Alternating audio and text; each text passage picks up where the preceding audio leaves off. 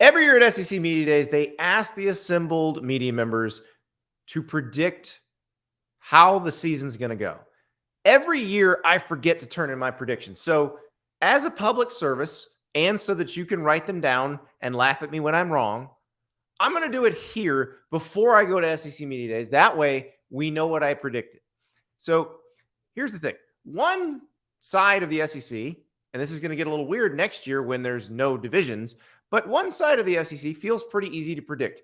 Although there's a guy named Athens Steve who I admire his pluck. He's trying to pick up the mantle from Nolan Smith, the former Georgia player, who in an interview after the Dogs won the national title said they thought we'd go 7-5 when literally no one thought they would lose any games, maybe one. But Athens Steve has taken it a step further. This week on Twitter, he posted a list of people who have not predicted Georgia #1. These are national media members. Reese Davis, Chris Doring, Joel Klatt, you name it. People who have not predicted Georgia to be their preseason #1 team. Now, slight problem with this. Not all of these people have actually released a ranking or said who they think is going to be #1. But trying to gin up some disrespect says everybody's doubting Georgia. I will help you here, Athens Steve. I, too, am doubting Georgia. I doubt that Georgia will lose a regular season game. I think the Bulldogs will very easily win the SEC East and roll into the SEC championship game at 12-0. So there is my SEC East prediction. There you go. I realize, very daring of me to pick Georgia, but I don't feel like there's much else I can say. I could pick Tennessee, I suppose, but I remember all the guff I got for even suggesting that Tennessee might cover the spread against Georgia last year. So nope. I'm picking Georgia. I feel pretty good about that pick. The bigger questions in the West, and I will start with a prediction of a prediction. I predict that the assembled media at SEC Media Days, minus me, because I will forget to turn it in, will predict that LSU will win the SEC West. LSU won the SEC West last year, beat Alabama in overtime in Death Valley, brings back a lot of people. 2 freshman offensive tackles from last year are now sophomore offensive tackles. They're awesome. Mason Smith, the defensive tackle, who's potential first-round talent, he's back. He was hurt all last year. That said, I'm a little traumatized about the idea of picking against Alabama. Alabama, we know they don't have a situation they're sure about a quarterback yet. They didn't like what they had after spring practice. They went out and got Tyler Buckner from the transfer portal. He played at Notre Dame for Tommy Rees, who is Alabama's new offensive coordinator.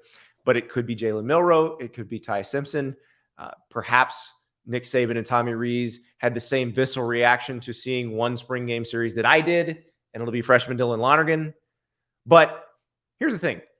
No matter who plays quarterback at Alabama, they will be surrounded by a ton of talent. This team is loaded, especially on defense. So I have a hard time just handing LSU the SEC West. Plus, again, I'm a little traumatized by this.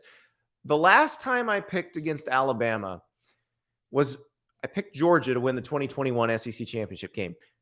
It made sense. Georgia felt like the better team. Georgia actually did beat Alabama for the national title that year.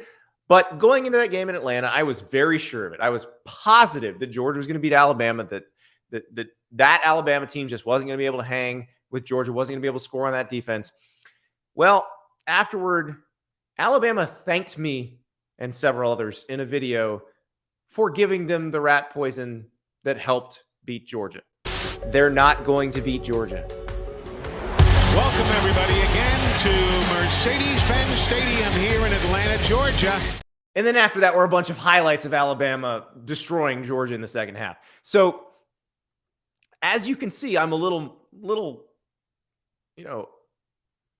hesitant to do this because after that, I went ahead and picked Alabama in the national title game because I wasn't going to do it again and wind up in somebody else's hype video. And then, of course, Georgia won the national title game. So I'm not exactly sure where to go with this.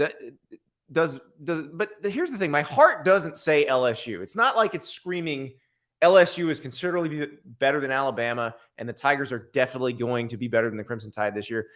I don't know that that's true. I feel like it's still pretty even. I feel like last year's matchup was pretty even, and I realized Bryce Young was involved in last year's matchup. So I guess I'm going to go against what I think the crowd's going to do. I'm going to say Alabama wins the West. And I know that's not what everybody wants to hear because everybody wants to see different matchups. And Georgia, Alabama, we've seen them play for the SEC title fairly recently. But I think that's where we're at. The more interesting piece of that, and what I would like to see, is who's everybody picking third in the SEC West? Because I don't really know who to put there. If we're going based on the sheer talent of the starting 22, I feel like that's Texas A&M.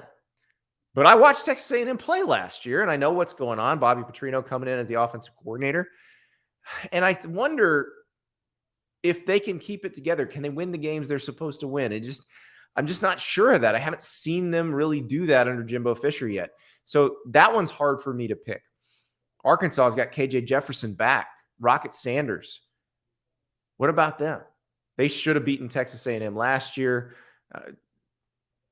They were fairly evenly matched with a lot of other teams in the SEC West. What about Mississippi State under Zach Arnett? Will Rogers entering year 4 as a starting quarterback at Mississippi State. It's a new offense, but this is a guy with a lot of experience. They have a very experienced defense. Ole Miss, we've seen Lane Kiffin put together great seasons in Oxford already. And now Hugh Freeze is at Auburn. He inherited some fairly good players, but obviously there was quite a bit of roster turnover when Brian Harsin was fired. But Hugh's been active in the portal. He got Peyton Thorne at quarterback from Michigan State. I'm very curious to see what he does because we saw when he got to Ole Miss the last time around that even before he started really rebuilding that roster, he made them scary to play. Nick Saban, remember that speech of, "Is this what we want football to become?" That was after Hugh Freeze's offense made his defense tired. And Nick said, I don't want to see a bunch of teams like this. Of course, then he just adjusted and figured out how to beat all of those teams that way. But that's neither here nor there. I don't know who to pick for that third place team in the SEC West.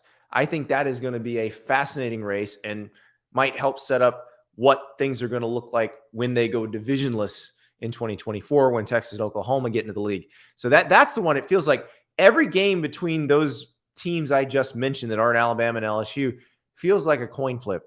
And so who's everybody going to pick? I don't think they're going to pick Texas A&M. I would not be shocked if Texas A&M finishes there at the end of the season, though. We'll see. As you've noticed, I've been wrong before.